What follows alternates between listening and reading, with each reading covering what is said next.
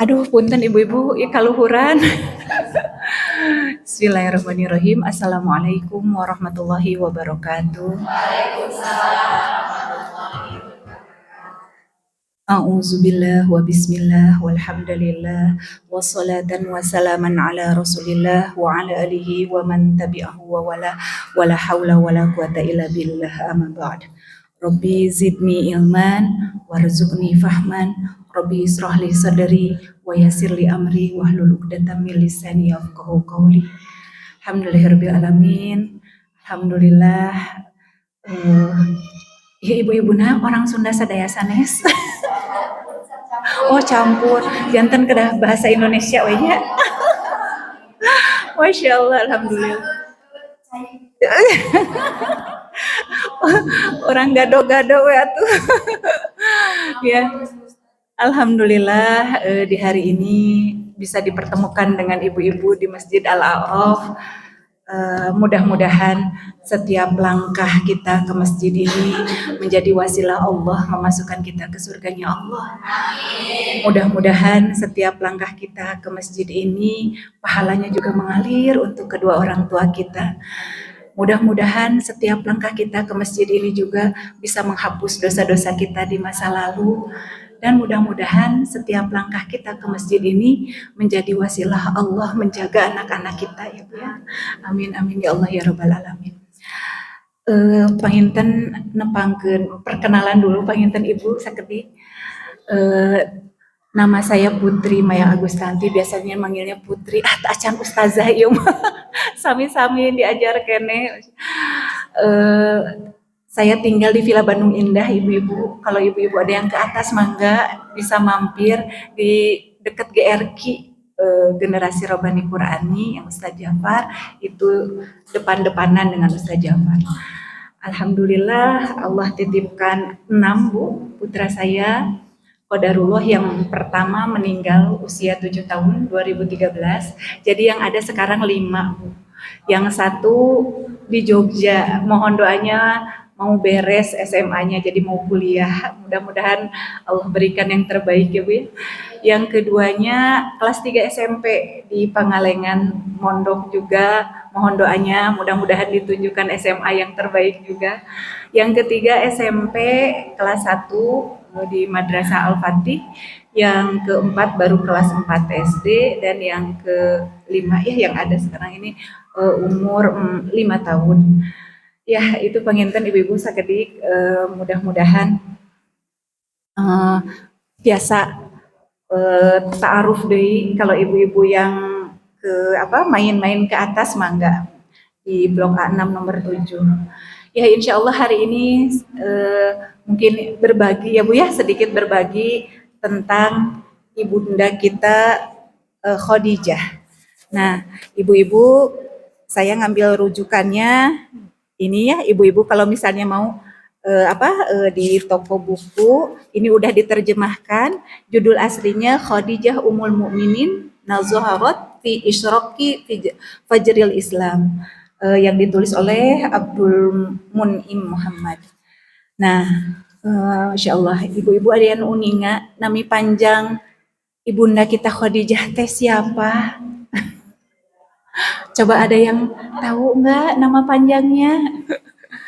Kita sedikit ya Bu ya. Nama beliau adalah Khadijah binti Khuwailid ibnu Asad ibnu Abdil Uzza ibnu Qusay. Jantan pami dirunut Bu, itu ada nyambung dengan Rasulullah. Kan Rasulullah juga Nabi Muhammad bin Abdullah bin Abdul Muttalib bin Hashim bin Manaf bin Qusay.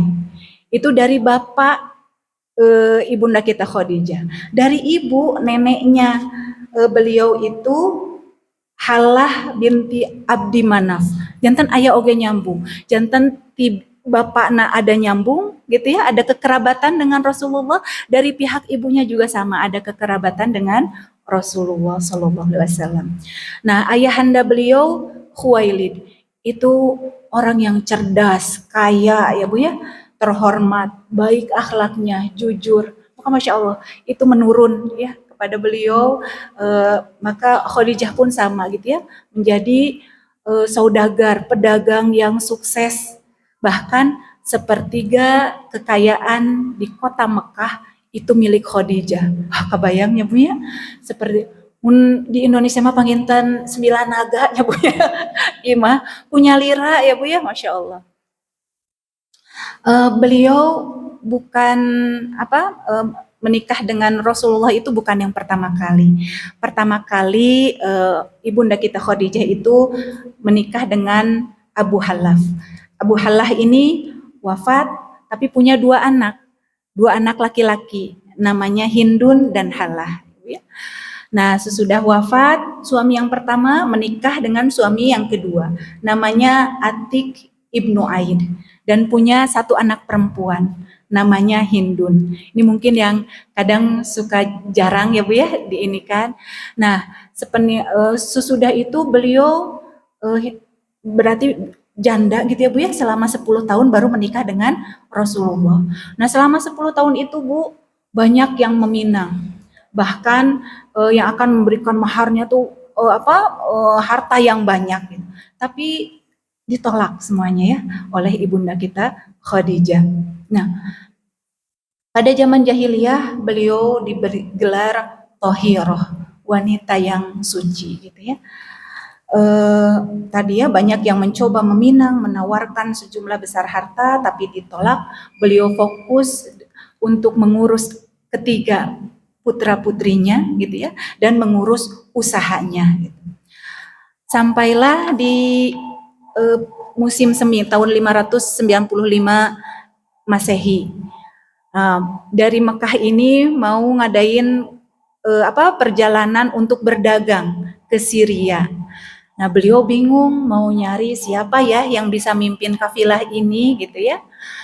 Lalu mendengar itu Abu Thalib, paman Rasulullah. Jadi Rasulullah kan Rasulullah ya Bu ya, sudah ditinggal ayahnya, lalu ditinggal ibunya, ditinggal kakeknya, lalu dititipkanlah ke pamannya Abu Thalib gitu ya. Nah, lalu beliau itu suka ikut Bu. Jadi ketika Abu Thalib juga kan berdagang. Jadi ketika Abu Thalib mau berdagang di usia 12 tahun beliau sudah diajak gitu ya oleh pamannya. Kalau dulu berarti Bu perdagangannya tuh lintas negara. Mun ayeuna mah berarti mungkin ke Malaysia gitu ya Bu ya. Siga Gen Halilintar. Masya Allah. Jadi beliau sudah belajar untuk berdagang gitu ya Bu ya dari pamannya. Maka sampailah di usia 25 tahun tadi ibunda kita Khadijah mencari nih siapa ya yang kira-kira cocok untuk mimpin kafilah perdagangan ini. Lalu Abu Thalib datang menawarkan keponakannya. Dulu Rasulullah itu digelari apa Bu? Al-Amin, yang sangat terpercaya. Karena Rasulullah orang yang jujur, jadi sangat bisa dipercaya. Dan ibunda kita Khadijah juga sudah mengetahui itu gitu ya Bu, sudah terdengar kabar bahwa di Mekah ini ada seorang pemuda yang diberi julukan Al-Amin gitu ya, yang sangat bisa dipercaya. Akhirnya beliau menyetujui tawaran dari pamannya Abu Thalib. Singkat cerita, akhirnya Rasulullah dibawa oleh Abu Thalib untuk menemui Khadijah untuk dijelaskan tentang barang-barang yang akan didagangkan segala macam. Masya Allah Bu, adabnya Rasul kita itu selama berbicara dengan ibunda kita Khadijah, beliau menunduk Bu, Gozul Baswar ya kalau sekarang banyak Bu ya, menjaga pandangan gitu ya Bu ya. Beliau hanya sekali menatap gitu ya ketika diinikan untuk memimpin kafilah perdagangan. Nah, akhirnya pergilah rombongan kafilah perdagangan itu ke Syria. Nah, ibunda kita Khadijah ngasih Bu, asisten. Nah, asisten itu namanya Maisaroh. Sugan abi teh Maisaroh teh istri, pek teh Maisaroh teh pameget Bu, ternyata Maisaroh itu laki-laki gitu ya. Nah, Maisaroh ini yang mendampingi Rasulullah selama berdagang di Syria. Beliau memperhatikan, Masya Allah gitu ya, kecakapan beliau, begitu lihainya beliau gitu ya Bu ya, untuk memutuskan sesuatu, dan begitu perhatiannya. Nah, ini juga mungkin yang mengajari kita ketika kita bermuamalah gitu ya Bu ya. karena ketika bermuamalah mah yang diperhatikan itu yang diperlukan itu human touch gitu ya, sentuhan kita gitu ya. Ketika ada yang bertanya ini harganya berapa, nggak apa-apa Bu, dijawab aja. Naros dari wios ente meser oge gitu ya Bu. Tapi Masya Allah, beliau itu begitu ramah, begitu memperhatikan setiap pembeli yang akan membeli barang dagangan. Sampailah barangnya laku, habis terjual Bu. Dengan keuntungan yang Masya Allah gitu ya Bu ya. Tidak pernah Ibunda kita Khadijah mendapatkan keuntungan sebesar keuntungan yang dipimpin oleh Rasul Nabi kita Muhammad SAW. Nah, melihat itu, Maisaroh ini Bu, biasanya kalau misalnya pulang pulang dari berdagang itu gitu ya, yang ia ini kan tentang laporan keuangan gitu ya, punya untung napa gitu ya, yang dicerioskeun teh.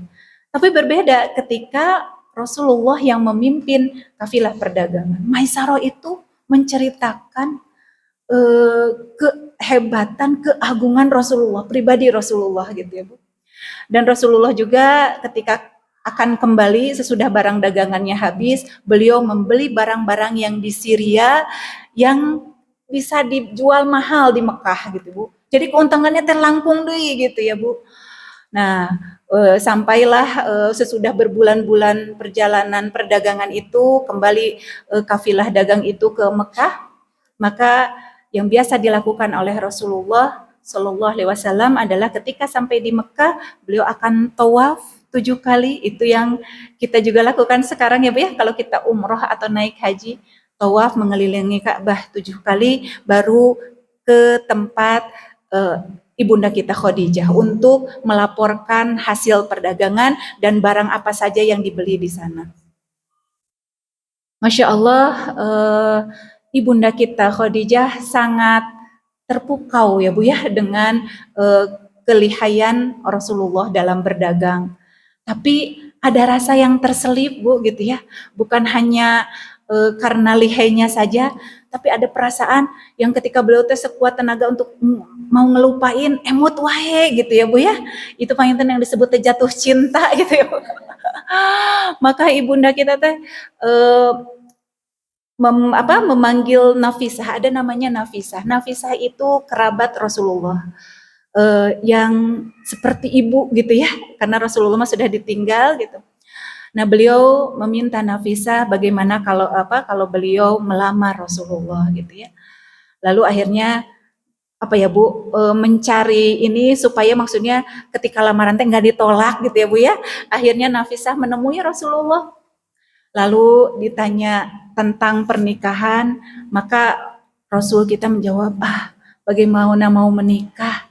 Dah saya mah orang miskin, nggak punya apa-apa, mau apa yang diberikan kepada istri saya nanti?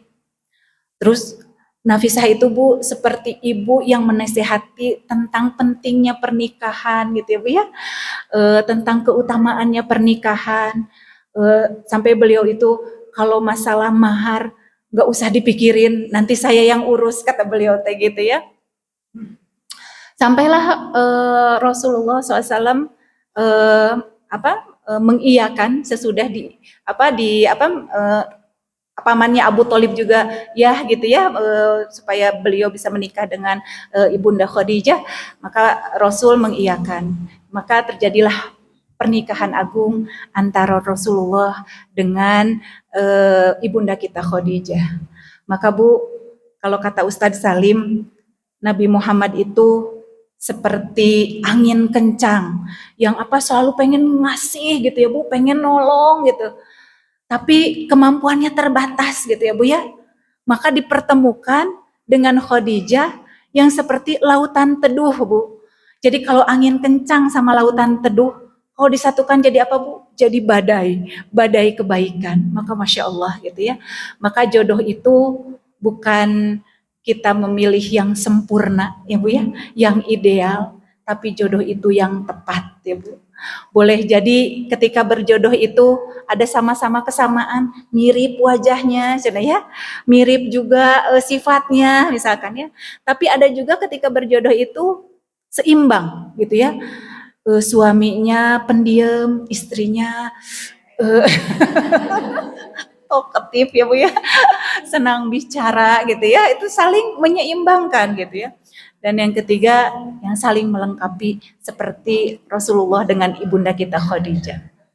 Maka Masya Allah, sudah beberapa tahun pernikahan ya Bu, eh, seperti layaknya pengantin-pengantin baru ya Bu ya, yang menantikan kelahiran anak. Aduh, nah hanya acan ngesi wae gitu ya.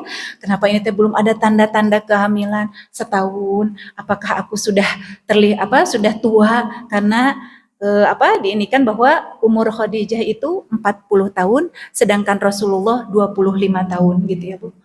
Nah, maka apakah aku sudah terlalu tua? Tapi beliau terus berdoa gitu ya kepada Allah sampai sesudah 3 tahun pernikahannya, beliau merasakan seperti tanda-tanda perempuan yang sedang hamil, Bu ya, mual-mual, puyeng, penginten Ibu. Lalu alhamdulillah betul gitu ya, beliau dikaruniai seorang anak. Dan kalau kebiasaan bangsa Arab itu Bu ya, dulu senang itu kalau punya anak laki-laki gitu ya Bu ya. Maka ada guru saya Qadarullah ya, beliau itu turunan Arab. Setiap di USG Bu, anaknya teh di USG laki-laki, wah senang ya Bunya. Tapi pas borojol istri Bu, Qadarullahnya.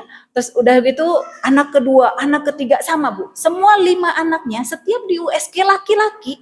Tapi ketika borojol perempuan. Itulah takdir Allah gitu ya Bu ya. Maka Masya Allah, ibunda kita Khadijah dibantu oleh Salma gitu ya, yang membantu mengurus persalinan. Pami ayeuna nama paraji panginten Bu ya, atanapi bidan ayeuna ya.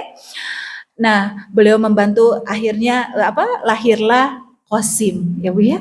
Makanya Rasulullah biasa disebut dengan Abu Qasim, ayahnya Qasim gitu ya. Nah, kebiasaan bangsa Arab juga Bu, karena menilai bahwa banyak anak itu akan melahirkan banyak kebahagiaan gitu ya Bu ya. Maka biasanya mereka akan menyusukan anaknya ke perempuan lain gitu ya. Karena mereka ingin cepat mengandung lagi, bentan sang orangnya Bu ya. Urang aduh keheup heula gitu ya. Pami tos ngababarkeun teh karaos keneh gitu. Tong ditaros bade rayan deui pami nuju nembe ngababarkeun gitu ya Bu. Maka begitu juga yang dilakukan oleh ibunda kita Khadijah. Maka Qasim disusukan ke perempuan lain gitu ya. Dan Masya Allah dalam waktu yang dekat hamil lagi Bu. Hamil lagi, maka lahirlah Zainab. Tapi ketika lahir perempuan, ada perasaan was-was. Aduh, takut Rasulullah teh nggak seneng karena anaknya perempuan. Tapi Masya Allah Bu, Rasul kita begitu bahagia menyambut kedatangan putri perempuannya, maka legalah hati ibunda kita Khadijah gitu ya, karena melihat Rasulullah juga bahagia ya Bu. Nah, sebentar. Nah, kebiasaan Rasul juga Bu, ketika itu di kaum kafir Quraisy di Mekah itu, mereka biasa hidup hedon gitu ya Bu ya. Terus mereka biasa mabuk-mabukan, mereka biasa berjudi, mereka biasa menyembah berhala. Maka kebiasaan Rasul itu adalah beruzlah.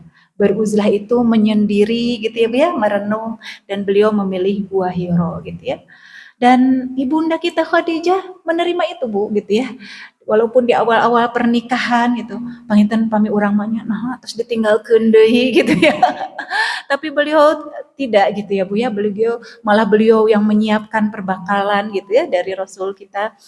Sebulan tidak pulang gitu ya Bu ya. Lalu Rasul pulang, dan biasa pulang itu kalau ke Mekah itu maka akan tawaf dulu 7 kali gitu ya Bu ya. Baru ke rumah ibunda kita Khadijah. Maka kenapa kalau di Masjidil Haram Bu, kalau kita umrah atau haji, sholat tahiyatul masjidnya itu diganti dengan tawaf. Ya, kalau yang kuat maka ketika masuk segera tawaf 7 kali gitu ya. Karena itu pun yang dilakukan oleh Rasul kita, Rasulullah SAW, ketika dari mana, kalau misalnya ke Mekah gitu ya, dia akan kalau ke Masjidil Haram dan tawaf 7 kali ya Bu. Nah, sesudah Qasim, lahir Zainab, kira-kira Qasim berumur 2 tahun, qadarullah meninggal, Bu. Lalu apa yang dikatakan oleh Rasulullah, pasti Rasulullah sedih ya Bu ya. Dan ibunda kita Khadijah juga pasti sedih, anak yang sangat dinanti-nanti, yang berharap ada penerus gitu ya Bu ya. Maka kata Rasul, air mata boleh mengalir, hati boleh sedih, tapi lisan hanya boleh mengucapkan apa yang membuat Allah ridho. Maka Masya Allah gitu ya Bu ya. Mudah-mudahan ini juga menjadi pembelajaran untuk kita gitu. Ketika ujian datang, ujian itu mungkin kita anggap bahwa itu adalah ujian musibah, ujian kesempitan, ujian kesedihan. Tapi mudah-mudahan yang terlontar dari mulut kita adalah kata-kata yang diridhoi oleh Allah gitu ya Bu ya. Karena yakin bahwa Allah itu pasti memberikan yang terbaik untuk kita. Karena Allah sayangnya kepada kita itu melebihi diri kita sendiri, melebihi ibu kepada anaknya gitu ya. Maka mudah-mudahan ketika misalkan kita kehilangan sesuatu ya Bu ya, kita ucapkan innalillahi wa inna ilaihi rajiun. Segalanya dari Allah akan kembali kepada Allah ya. Maka yang membuat ringan itu ketika kita tidak merasa memiliki ya Bu ya. Karena kalau kita merasa memiliki mah akan berat ketika diambil teh ya Bu ya. Maka kita harus seperti tukang parkir cenah Bu ya. Mobilna nu lebet teh Alphard, Pajero. Ketika ada yang ngambil lagi teh dadah we Bu senyum ya. Enggak entong gitunya. Oh gitu. Nah, maka mudah-mudahan kita pun sama ya Bu ya bisa seperti itu. Semua yang Allah titipkan di dunia ini adalah titipan amanah dari Allah. Ketika Allah mau mengambilnya lagi kapanpun, mudah-mudahan kita bisa ridho menerima takdir itu ya. Nah, selanjutnya beberapa tahun sesudah itu pastilah ibunda kita Khadijah juga Bu pengen punya anak lagi gitu ya, terutama pengen anak laki-laki karena tadi anak laki-lakinya sudah meninggal.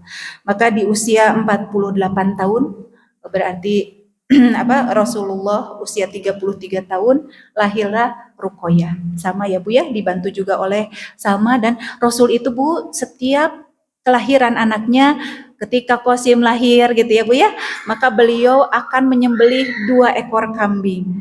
Di hari ke-7 akan menyembelih 2 ekor kambing dan akan memotong rambut dan menyedekahkan dengan perak seberat rambut yang dipotongnya. Maka itu juga kita ketika akikahan ya Bu ya, kita disunahkan akikahan di hari ke-7 gitu ya, untuk memotong tadi kalau laki-laki 2 ekor kambing, kalau perempuan 1 ekor kambing. Maka ketika kelahiran Zainab, Rasul melakukan yang sama dengan 1 ekor kambing, kelahiran Ruqayyah juga sama, 1 ekor kambing. Nah, nanti ibunda kita Khadijah juga akan membelikan budak karena kalau dulu mah Bu masih zaman perbudakan ya Bu ya. Jadi ibunda kita membelikan budak namanya Zaid bin Harithah gitu ya Bu ya, untuk membantu Rasul. Tapi Masya Allah Bu, Rasul itu bukan seperti majikan kepada yang kerja gitu ya Bu ya, tapi justru Rasul juga membantu beliau gitu ya. Dan Zaid itu melihat Masya Allah betapa agung akhlak Rasulullah gitu ya, sampai beliau itu sangat nyaman untuk tinggal di keluarga Rasulullah. Bahkan Bu, nanti beberapa tahun setelah itu gitu ya Bu ya, ada pamannya dan ayahnya yang mau menebus Zaid gitu ya Bu ya, datang ke rumah Rasulullah gitu ya untuk menebus Zaid, lalu sama Rasul dipanggil Zaidnya. Maka Zaid, mana yang kau pilih gitu ya, tinggal bersamaku atau pulang bersama ayah. Maka Zaid milihnya apa Cik Bu? Milihnya teh tinggal bersama Rasulullah. Kaget atunya Bu, ayahnya teh mau ngebebasin gitu ya Bu ya, mau nebus, tapi ternyata Zaidnya malah milih dengan Rasulullah. Maka Masya Allah, mulai hari itu akhirnya Rasul menginikan Zaid seperti anaknya dan menamakan Zaid bin Muhammad. Tapi lalu turunlah ayat nanti gitu ya Bu ya, untuk tidak boleh seorang anak itu dinasabkan selain pada bapaknya gitu ya Bu ya. Maka tetap sesudah turun ayat itu Rasul meninikannya Zaid bin Harithah gitu. Nah, selanjutnya Bu, eh, sesudah Ruqayyah lahir, tidak lama lahirlah Ummu Kulsum, putri Rasulullah. Sama Bu, deg-degan asalnya teh gitu ya, ibunda kita Khadijah, Allah istri deui, ternyata perempuan lagi, lahirnya bukan laki-laki gitu ya Bu. Tapi Masya Allah Rasul itu bergembira gitu ya Bu ya dengan kelahiran putri perempuannya. Maka tenanglah hati ibunda kita Khadijah gitu ya Bu. Lahir Ummu Kulsum, maka tidak lama dari itu Mekah Bu mengalami banjir yang sampai Ka'bah itu akan roboh gitu ya Bu ya. Akan roboh, lalu akhirnya bersepakatlah gitu ya semua kafilah-kafilah di Mekah itu untuk merenovasi Ka'bah gitu ya Bu ya. Jadi membangun dinding-dindingnya lagi gitu ya yang lebih kokoh. Sampailah dan itu uangnya dari sunduk gitu ya Bu ya, dari berbagai kafilah yang kerjanya juga, dan Rasul ikut serta di situ gitu ya Bu. Ikut serta. Jadi mudah-mudahan ini juga bisa memotivasi kita ketika di lingkungan ada kerja bakti, ada apa, kita ikut serta gitu ya Bu ya di lingkungan kita. Nah, sesudah beres bangunan Ka'bah, yang jadi masalah adalah ketika akan menyimpan Hajar Aswad ya Bu ya. Nah, di situ teh kan kafilah-kafilah merasa paling berhak untuk menyimpan ini gitu. Akhirnya mereka bersepakat bahwa yang menentukan siapa yang yang bisa menyimpan Hajar Aswad itu adalah orang yang, kalau sekarang mah Bu, ada namanya pintu Babu Salam. Orang yang masuk pertama kali lewat pintu Babu Salam. Maka ketika umroh atau haji pun Bu, kita disunahkan ketika datang ke Masjidil Haram, masuknya lewat pintu Babu Salam ya Bu ya. Nah maka ternyata Bu yang masuk lewat pintu Babu Salam itu siapa? Rasulullah Shallallahu Alaihi Wasallam. Wah, lalu beliau juga kaget, kenapa gitu ya. Akhirnya beliau disuruhlah memutuskan siapa yang berhak untuk menyimpan Hajar Aswad ini di Ka'bah. Dengan kecerdasan beliau ya Bu ya, dan kebijaksanaan beliau, akhirnya beliau ini kan selendang gitu ya Bu ya. Lalu disimpanlah Hajar Aswad, dan setiap pemimpin kafilah memegang ujung selendang itu sehingga bersama-sama untuk menyimpan Hajar Aswad. Sehingga tidak terjadilah perpecahan. Kebayang ya Bu ya, kalau misalnya ini akan terjadi gontok-gontokan, dah dulu mah Bu main teh wah mun sekarang mah pertikaian teh jadi Bu, akan terjadi pertikaian antar kafilah gitu ya Bu ya. Maka Masya Allah dengan ide dari Rasulullah SAW, akhirnya damai semuanya gitu ya Bu. Nah itu di beberapa saat sesudah kelahiran Ummu Kulsum. Nah di umur ke-50 tahun ibunda kita Khadijah, dan Rasul berarti berumur 35 tahun ya Bu ya, karena beda mungkin sekitar 15 tahun. Maka ibunda kita merasakan kehamilan lagi. Maka Masya Allah, tadi ya udah Qasim, Zainab, Ruqayyah, Ummu Kulsum, dan di kehamilan yang kelima ini gitu ya Bu, ternyata kan Rasul tadi ya Bu ya menceritakan kejadian di Masjidil Haram kepada Khadijah ibunda kita, dan ibunda kita begitu antusias, begitu memperhatikan cerita dari Rasul gitu ya Bu ya. Dan ketika Rasul menyatakan tentang beliau berhasil untuk menyatukan kafilah-kafilah dengan tadi bareng-bareng nyimpen Hajar Aswadnya, maka Masya Allah ibunda kita Khadijah itu memuji Rasul kita. Padahal Bu, ternyata pas di pintu udah kelihatan lagi Salma. Berarti apa? Oh, istri saya mau melahirkan lagi. Kebayang ya Bunya, mun kita mah menuju mules-mulesna, nu ngadongeng naon panginten teu siga ibunda Khadijah ya Bunya. Ini mah ibunda kita Khadijah itu begitu mendengarkan dengan seksama cerita Rasulullah gitu ya. Padahal ketika itu akan melahirkan Fatimah. Maka Masya Allah gitu ya, lahirlah, dan ternyata yang lahir itu seorang perempuan, tapi parasnya sangat mirip dengan Rasulullah gitu ya. Jadi ibunda kita Khadijah, Masya Allah gitu ya, putrimu ini parasnya sangat mirip denganmu gitu ya. Maka Masya Allah, lahirlah Fatimah. Nah, sesudah itu Bu, maka Mekah itu mengalami krisis ekonomi. Jadi perekonomian turun gitu ya Bu ya. Orang-orang banyak yang kesusahan, dan itulah sifat ibunda kita Khadijah dan Rasulullah SAW yang suka membantu gitu ya Bu ya. Jadi harta ibunda kita Khadijah itu digunakan untuk membantu fakir miskin, membantu semua yang memerlukan bantuan gitu ya. Sampai beliau ingat kepada pamannya Abu Thalib gitu ya. Pamannya Abu Thalib punya istri namanya sama Fatimah, dan istrinya ini Fatimah ini udah seperti ibu ya, karena kan ngurus Rasul dari kecil gitu. Maka Rasul melihat pamannya ini banyak putranya, pasti dalam krisis ekonomi ini sulit. Kebayang sih gak ayeuna gitu ya Bu ya, kita gitu ya dalam krisis ekonomi. Maka mudah-mudahan kita juga Bu bisa melihat kerabat kita siapa yang perlu bantuan, karena ternyata subhanallah ya Bu ya, kondisi sekarang ini banyak PHK di mana-mana, makanya kejahatan juga di mana-mana ya Bu, subhanallah. Nah, akhirnya Rasulullah mengajak saudaranya Abbas yang sama-sama kaya gitu ya Bu ya. Bagaimana kalau kita ngambil anaknya paman kita Abu Thalib gitu ya, untuk diasuh sehingga meringankan beban. Kan kebayangnya Bu ya, untuk makannya kalau banyak teh gitu ya. Maka akhirnya awalnya Abu Thalib menolak gitu ya Bu, tapi sudah lama berbincang akhirnya menyetujui. Akhirnya Rasulullah SAW mengambil Ali bin Abi Thalib, dan Abbas pamannya mengambil Ja'far bin Abi Thalib.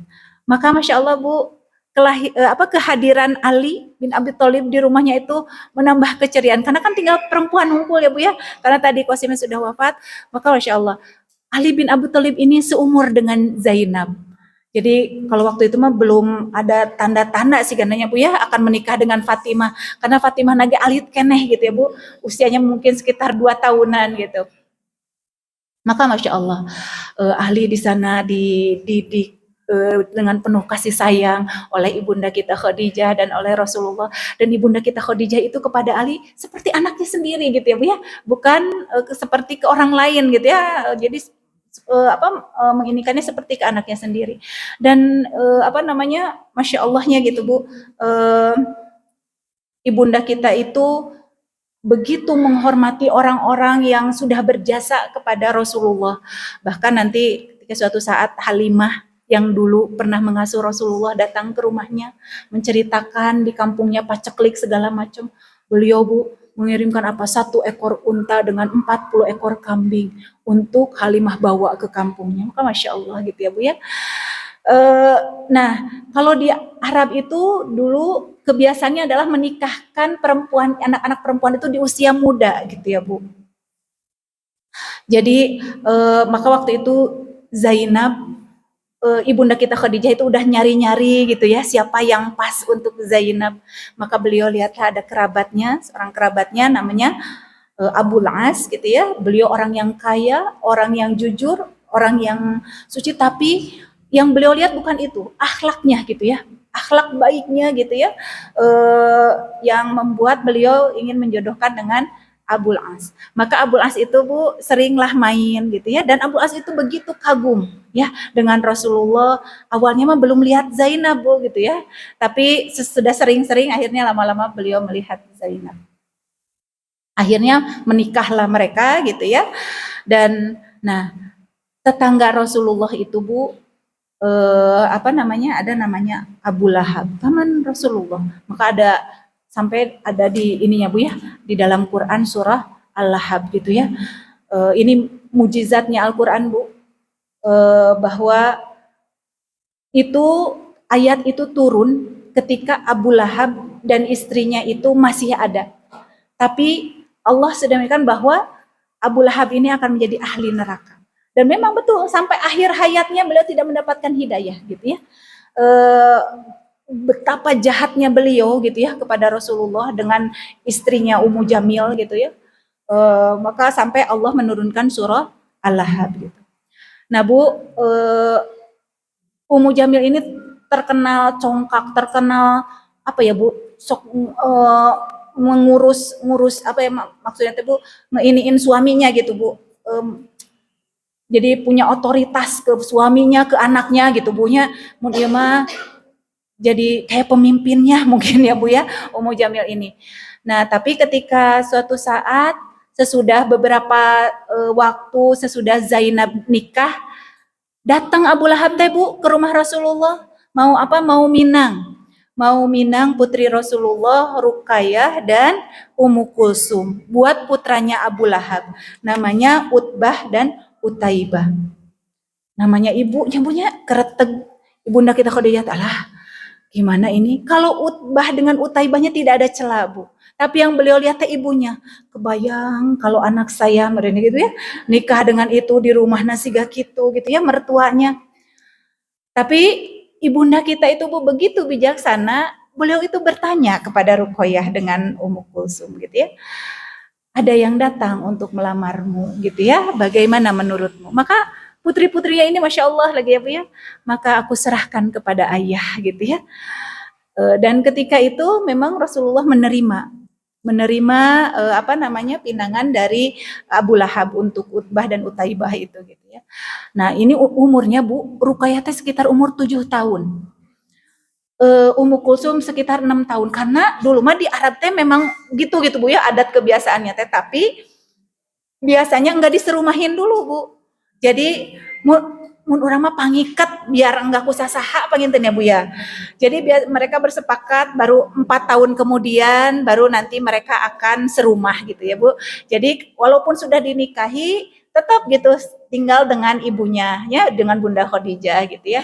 Tapi Utbah dengan Utaibah teh suka datang kan jadi halal ya Bu ya. Nah, karena sudah menikah gitu ya. Datang sekali-kali gitu ya sampai menunggu 4 tahun gitu. Nah, sesudah itu apa yang dilakukan oleh ibunda kita Khadijah? Ibunda kita mempersiapkan putri-putrinya untuk bisa menjadi ibu rumah tangga. Mudah-mudahan kita juga bisa mencontoh ibunda kita Khadijah ya Bu ya, ketika anak-anak kita sudah masa menjelang apa pernikahan di usia untuk menikah, maka kita siapkan gitu ya Bu ya. Entong dugi tiasa ka dapur-dapur acan gitu ya Bu ya. Maka apa ibunda kita mempersiapkan itu gitu ya. Mempersiapkan Ruqayyah dengan Ummu Kulsum untuk menjadi ibu rumah tangga. Maka tibalah bulan Ramadan. Nah, biasa bulan Ramadan ini Rasul memang suka beruzlah Bu ya ke Gua Hiro. Maka Rasul beruzlah tapi ini beda dari biasa gitu ya. Rasul teh beberapa jauh beberapa hari sebelum Ramadan teh sudah beruzlah terus pulang lagi bawa bekal lagi gitu ya ke sana lagi gitu ya.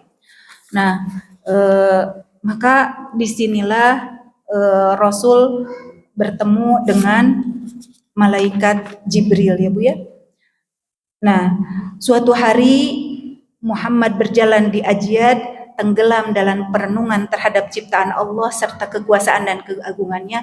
Saat itu ia melihat seorang malaikat berdiri dengan satu kaki di atas kaki yang lain di ujung cakrawala. Malaikat itu berkata, "Wahai Muhammad, akulah Jibril. Wahai Muhammad, akulah Jibril." Kabayang tubuhnya. Nuju kieu ningali anu ageng gitunya nyarios gitu. Maka Rasulullah merasa ketakutan. Setiap kali mengangkat wajahnya selalu malaikat itu tampak di hadapannya.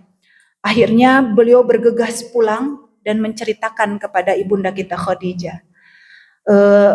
Rasul berkata, "Wahai Khadijah, demi Allah, tidak pernah aku membenci sesuatu seperti aku membenci berhala dan para peramal. Aku takut apa yang kulihat itu pertanda bahwa aku akan menjadi peramal." Kan tak can apal gitu ya Bu ya. Jadi Rasul juga dalam ketakutan. Maka jawaban Khadijah Bu, "Tidak, saudara sepupuku, karena kan tadi ya, jadi ada kaitan gitu ya dengan ibunda kita. Jangan katakan itu. Allah tidak akan pernah melakukan hal itu kepadamu. Engkau selalu menyambung tali silaturahmi, engkau selalu jujur, engkau selalu menunaikan amanah, dan akhlakmu sungguh mulia." Maka sesudah itu Khadijah pergi ke saudaranya. Ada saudaranya beliau namanya Warokoh Bu. Warokoh itu beliau orang yang hanif, beliau mencari agama Hanafiyah ya, agamanya Nabi Ibrahim, sampailah beliau ini kepada Nasrani. Jadi beliau memeluk agama Nasrani. Dan beliau tahu gitu ya Bu tentang tanda-tanda akan datang Nabi yang terakhir gitu ya. Dan menceritakan hal itu, maka Warokoh berseru gembira, demi Allah, saudara sepupumu itu benar-benar jujur. Inilah tahap awal kenabian, akan diturunkan kepadanya kitab suci terbesar. Perintahkan kepadanya agar ia tidak berprasangka apapun kecuali yang baik-baik. Nah, maka Rasul ketika kembali ke tempat beruzlahnya gitu ya, sering ngedengar yang memanggil-manggil gitu ya Bu ya. Dia coba mengabaikan tapi kedengeran lagi gitu ya. Sampai wahai Khadijah, aku sering mendengar suara-suara dan melihat cahaya. Aku khawatir aku telah gila, cina gitu ya kata Rasul Tebu. Lalu Khadijah menjawab, Allah tidak akan pernah melakukan hal itu kepadamu, wahai putra Abdullah. Maka Masya Allah gitu ya Bu, jawaban yang begitu menenteramkan Rasulullah gitu ya. Maka mudah-mudahan itu juga yang bisa kita lakukan pada pasangan kita, pada suami kita gitu ya. Ketika ada masalah mungkin di kantornya gitu ya, maka jawaban kita adalah jawaban yang menenangkan gitu ya Bu ya.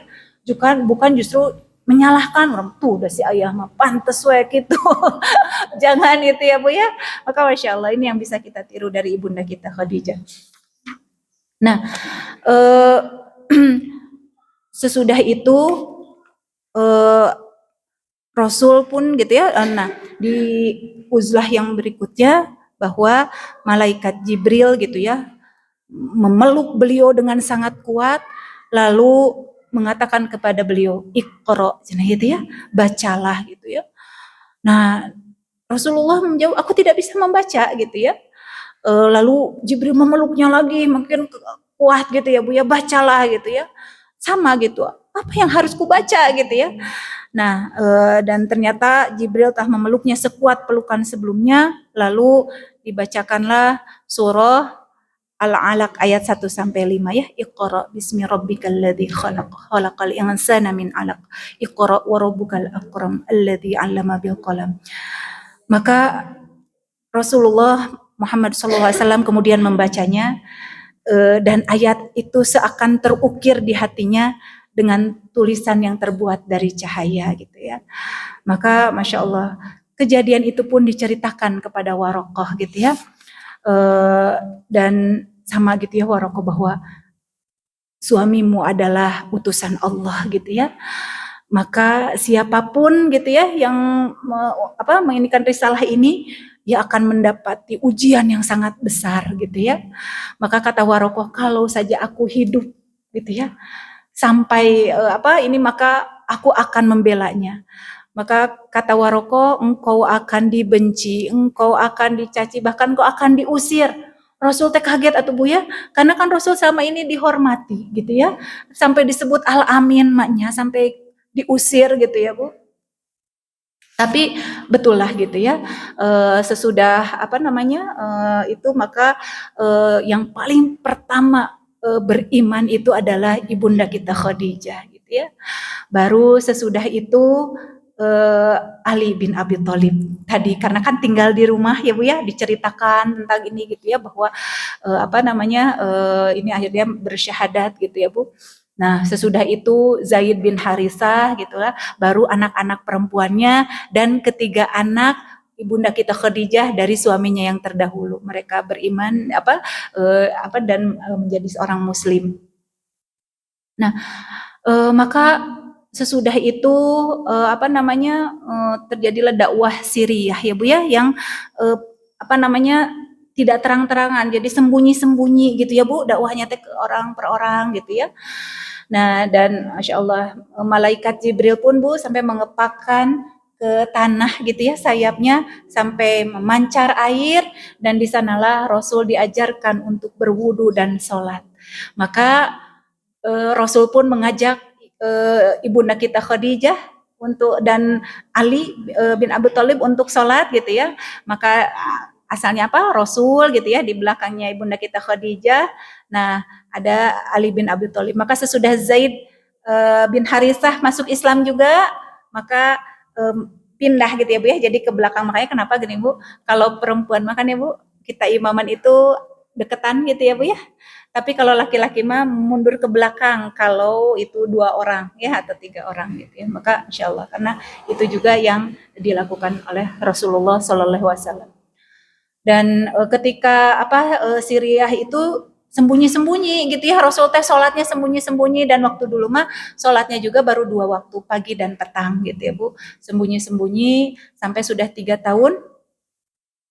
Inilah dakwah yang secara terang-terangan gitu ya Bu ya, dakwah secara terang-terangan, di mana di situ orang-orang kafir Quraisy Bu tidak suka gitu ya dengan menyebarnya Islam gitu ya,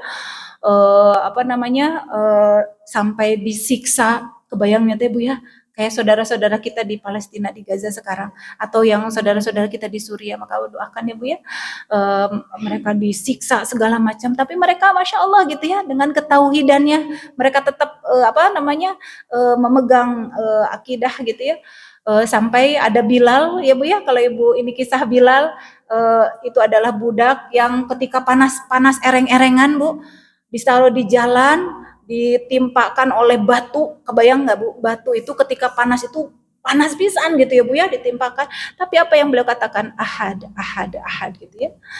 Maka karena banyaknya penyiksaan, akhirnya direncanakanlah untuk hijrah gitu ya Bu ya, hijrah kemana, ke Habasyah, karena di Habasyah itu nanti ada Raja Najasyi yang sangat baik gitu ya Bu ya, yang melindungi gitu orang-orang yang butuh perlindungan. Maka yang pertama hijrah itu adalah jadi tadi teh Bu, Utbah dengan Utaibah itu akhirnya berpisah dengan Ruqayyah dengan Ummu Kulsum. Jadi sebelum bersatu nama kan tadi 4 tahun gitu ya, tapi sebelum 4 tahun itu gitu ya, karena tadi Abu Lahab itu membenci Rasulullah gitu ya, akhirnya mereka berpisah, dan ibunda kita Khadijah itu begitu bersyukur gitu ya, dipisahkan gitu ya mereka. Nah maka sesudah itu Ruqayyah itu dinikahi oleh Utsman bin Affan ya, yang kita tahu bahwa Masya Allah gitu ya, kekayaannya aja sampai sekarang juga ada gitu ya Bu ya, rekeningnya di Mekah. Nah maka yang hijrah ke Habasyah itu adalah Ruqayyah, Utsman bin Affan dan beberapa orang lainnya gitu ya, yang hijrah ke Habasyah. Lalu orang-orang kafir itu jadi mereka tuh sembunyi-sembunyi gitu Bu, malam-malam mau naik perahu, kan harus naik perahu ya Bu ya, sembunyi-sembunyi, alhamdulillah Allah lindungi mereka gitu ya, dan dengan pasti berat ya Bu ya, ibunda kita Khadijah teh untuk melepas gitu ya putranya gitu kan, maka Masya Allah. Nah singkat cerita Bu, sesudah dakwah Siriah 3 tahun, maka dakwahlah secara terang-terangan. Maka Rasul berdakwah di Bukit Sofa. Maka kalau kita umrah atau haji gitu ya, bayangkan ketika di Bukit Sofa itu Rasulullah mengumpulkan orang-orang gitu ya, dan mengajak untuk masuk ke Islam gitu ya.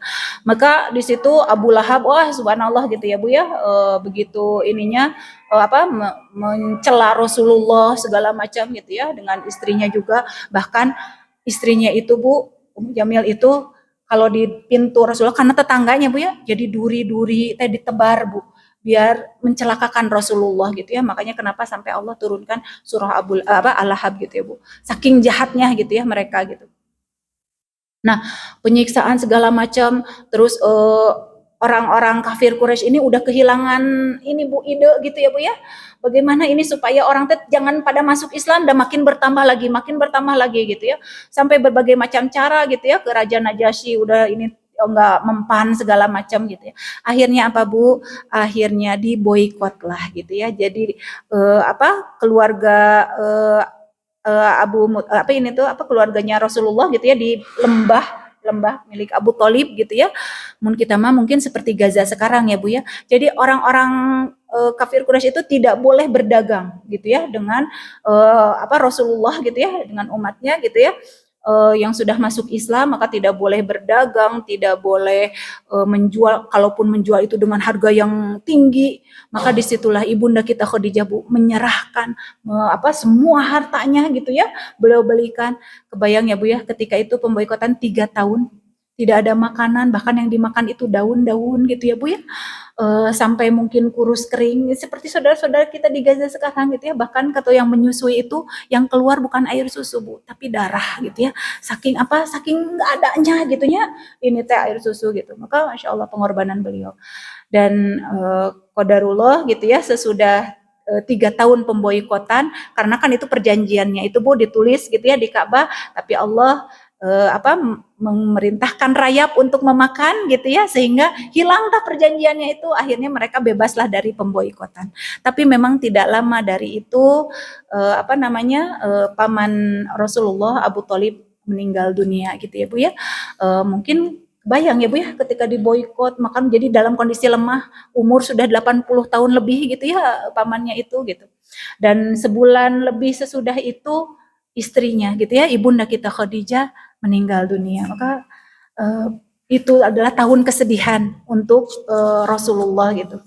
Nah, sedikit yang ingin saya ini kan ketika Rasulullah Shallallahu Alaihi Wasallam gitu ya menerima wahyu gitu ya, bergetar gitu ya Bu ya, kebayang keringat dingin segala macam, maka beliau ke istrinya, selimuti aku gitu ya. Maka Khadijah pun kemudian menyeliputinya. Maka setelah hilang rasa takutnya, beliau pun berkata, tahukah engkau apa gerangan yang terjadi denganku? Kata Rasul ya, lalu beliau pun menceritakan yang dialaminya. Maka Khadijah sang istri solihah pun berkata, tidak perlu khawatir, tenanglah dan gembirakan dirimu, demi Allah, Allah tidak akan pernah menyia-nyiakanmu. Sungguh engkau adalah orang yang suka menyambung tali kekerabatan, selalu bicara jujur, membantu meringankan beban orang lain, menolong orang yang susah, selalu menghormati tamu dan membela orang yang dalam kebenaran gitu ya. Maka Masya Allah, di sini ibunda kita Khadijah itu begitu memahami gitu ya. Maka komunikasi yang dibangun gitu ya di atas kepekaan terhadap pasangan mungkin tidak terucap gitu ya Bu ya. Bahkan mungkin tidak mampu diucapkan, tapi pasangan yang baik adalah yang mampu mengetahui bahkan sebelum diberitahu gitu ya Bu ya. Mampu merasa walau mungkin hanya dikirimkan melalui gelombang halus kata-kata gitu. Dan Khadijah di sini menyelimuti, di mana seseorang yang tidak nyaman pasti akan kelihatan gitu ya Bu ininya. Maka Khadijah di situ menyelimuti. Maka mudah-mudahan kita pun bisa memberikan itu gitu ya Bu ya. Menenangkan dengan kalimat-kalimat gitu ya. Bahkan memuji gitu ya, memuji untuk meyakinkan, dan beliau mencari solusi yang nyata dengan pergi kepada Warokoh gitu. Nah, ini Bu sedikit ada tulisan yang Masya Allah gitu ya, dari Bu Popi Yudit ya, tentang ibunda kita Khadijah. Mudah-mudahan ini muhasabah ya Bu ya, buat kita para istri. Kata Rasul katanya ya, sungguh aku dikaruniai cintanya. Demikian kalimat Rasul ketika menggambarkan Ummul Mukminin Khadijah radhiyallahu anha. Hadis ini diriwayatkan oleh Aisyah ketika beliau merasa cemburu kepada Rasulullah karena Rasulullah seringkali memuji Khadijah dan menyebut-nyebut namanya. Jadi walaupun udah nggak ada selalu disebut-sebut. Aku tidak cemburu pada istri Nabi seperti aku cemburu kepada Khadijah, padahal aku tidak pernah menjumpainya. Apa yang sebenarnya Rasulullah rasakan hingga membuat kalimat sedemikian untuk menggambarkan sosok Khadijah? Aku dikaruniai cintanya. Maka seringkali kita merasa paling berjasa dalam rumah tangga. Kita yang mengurus rumah dari kebersihan, keteraturan, kerapihan, hingga mengajarkan anak-anak kita dalam keseharian. Kelelahan kita dengan pekerjaan rumah tangga, emosi naik turun yang mewarnai proses pendidikan anak-anak kita. Kejenuhan dengan rutinitas sehari-hari yang tidak berakhir. Kebosanan karena merasa terlalu banyak diam di rumah. Berjuta rasanya hingga kalimat tidak cukup untuk mendeskripsikan berkecamuknya rasa. Maka betapa terhiburnya hati ketika tahu bahwa Rasulullah membantu pekerjaan rumah tangga istrinya. Lalu kita sibuk meminta kepada para suami. Tuh, Rasulullah saja membantu pekerjaan istrinya. Begitu kita berkata. Ketika kita tahu Rasulullah mengajak istrinya untuk menonton pertunjukan, segera kita mintakan padanya hal yang sama. Rasulullah juga mengajak istrinya nonton loh gitu. Ketika Rasulullah mengatakan aku adalah orang yang paling baik pada keluargaku, maka ketika suami marah kita berkata, Rasulullah itu orang yang paling baik pada keluarganya. Seakan Rasulullah tidak pernah menegur istri-istrinya. Wahai diri yang mudah menghakimi. Kali ini mari kita pakai kaca dan rasa dalam menuntut. Aisyah radhiyallahu anha mencatatkan bahwa Khadijah adalah wanita yang Rasulullah tidak memadunya hingga Khadijah meninggal dunia. Jibril menyampaikan salam dari Robnya kepada Khadijah dan menyampaikan salam dari dirinya kepada Khadijah serta meminta Rasulullah menyampaikan kabar gembira sebuah rumah di surga dari mutiara cekung yang tiada kegaduhan dan keletihan di dalamnya. Bagaimana kemuliaannya hingga Rasulullah berkata, aku dikaruniai cintanya. Ketika suami pulang, kemudian memutuskan membawa perubahan yang menurutnya baik bagi keluarga, tapi sangat drastis dan membutuhkan banyak pengorbanan dan perubahan yang signifikan dalam kenyamanan hidup kita, apa yang kita lakukan? Apakah langsung menerimanya? Simaklah ini. Rasulullah pulang membawa risalah baru. Siapa yang pertama kali beriman? Istrinya. Apakah Khadijah tidak tahu konsekuensi dunia dari apa yang dibawa Rasulullah? Khadijah adalah wanita yang cerdas, penuh, punya kecenderungan taat beragama, berwawasan luas, idealisme tinggi, kedudukan tinggi di kaum Quraisy dan kaya raya. Beliau berada pada posisi yang sangat nyaman secara duniawi. Dengan kecerdasan beliau, mungkinkah beliau tidak tahu apa akibatnya menerima risalah yang dibawa oleh suaminya? Justru karena semua kemuliaan yang dimilikannya lah, beliau memilih untuk beriman dan menjadi manusia pertama yang beriman kepada Rasulullah dalam sejarah. Ketika suami gundah karena ada masalah besar yang tidak pernah disangka akan menjadi ujian besar bagi keluarga, apa yang kita lakukan? Sibuk lebih panik, memikirkan bagaimana nasib dan anak-anak esok hari, menangis dan bertanya bertubi-tubi, hingga suami tidak lagi sanggup menjawab. Maka simaklah, Rasulullah pulang menerima wahyu pertama dalam kondisi gemetar ketakutan. Khadijah memeluknya, menyelimutinya, mendengar curahan hati suaminya, kemudian menghiburnya dengan kata-kata pujian pada suaminya untuk menenangkannya. Bahkan keesokan harinya Khadijah mengajak Rasulullah menemui Waraqah yang diyakini dapat memberi solusi bagi keresahan suaminya. Lihatlah kekuatannya dan kecerdasan akalnya untuk membantu suaminya menemukan solusi permasalahannya. Ketika kita sibuk mempertanyakan perbedaan antara uang nafkah dan uang belanja istri, Khadijah tidak pusing dengan itu. Dialah yang sudah lebih dulu menyerahkan hartanya untuk suaminya. Ketika kita sibuk mengaku lelah seharian bekerja di rumah dan bad mood ketika melayani suami, Khadijah tidak mengeluh. Ketika mendaki gunung, memberi bekal makan untuk suaminya yang beruzlah. Ketika kita sibuk menuntut waktu lebih suami untuk kita, Khadijah yang pertama kali mendukung dakwah suaminya, walau itu artinya waktu untuk keluarga akan terbagi. Ketika kita keberatan karena keluarga suami tinggal di rumah kita, Khadijah menyambut dengan tangan terbuka dan penuh cinta, bahkan memberikan banyak hadiah atas kehadiran Ali bin Abi Thalib dan Zaid bin Harithah. Ketika kita sibuk membatasi jumlah anak karena enggan repot dan merasa usia sudah bertambah, Khadijah di usianya yang matang melahirkan 6 anak bagi Rasulullah. Ketika kita ribut minta piknik, Khadijah melepas kepergian sang putri tercinta untuk hijrah ke Habasyah. Tak ada piknik bagi mereka. Ketika kita menangis menuntut nafkah yang kurang dari suami, Khadijah menangis karena khawatir tidak ada lagi yang bisa disumbangkannya untuk suami dan dakwah Islam. Wahai Rasul utusan Allah, tiada lagi harta dan hal lainnya yang bersamaku untuk aku sumbangkan demi dakwah. Andai selepas kematianku, tulang-tulangku mampu ditukar dengan dinar dan dirham, maka gunakanlah tulang-tulangku demi kepentingan dakwah yang panjang ini. Maka subhanallah, di posisi mana kemuliaan kita sebagai istri, mudah-mudahan kita bisa memakai kaca, memakai rasa, bisa mencontoh ibunda kita Khadijah. Wallahu a'lam bishawab. eh panginten sakitu ibu-ibu sakedik mudah-mudahan aya manfaatna, mudah-mudahan imah pangemut untuk diri saya sendiri, karena ketika kita berbicara sesungguhnya telinga yang paling dekat itu adalah telinga kita sendiri. Terkadang gitu ya Bu ya, kita kurang mensyukuri gitu ya, dengan hadirnya pasangan kita gitu ya. Padahal di luar sana begitu banyak yang mendambakan untuk memiliki pasangan. Terkadang kita banyak menuntut gitu ya Bu, tapi kita lupa dengan kewajiban-kewajiban kita. Ya, wallahu a'lam bishawab. Hapunten bilih aya anu lepat nu ku abdi disampaikan. Billahi taufiq wal hidayah. Wassalamualaikum warahmatullahi wabarakatuh.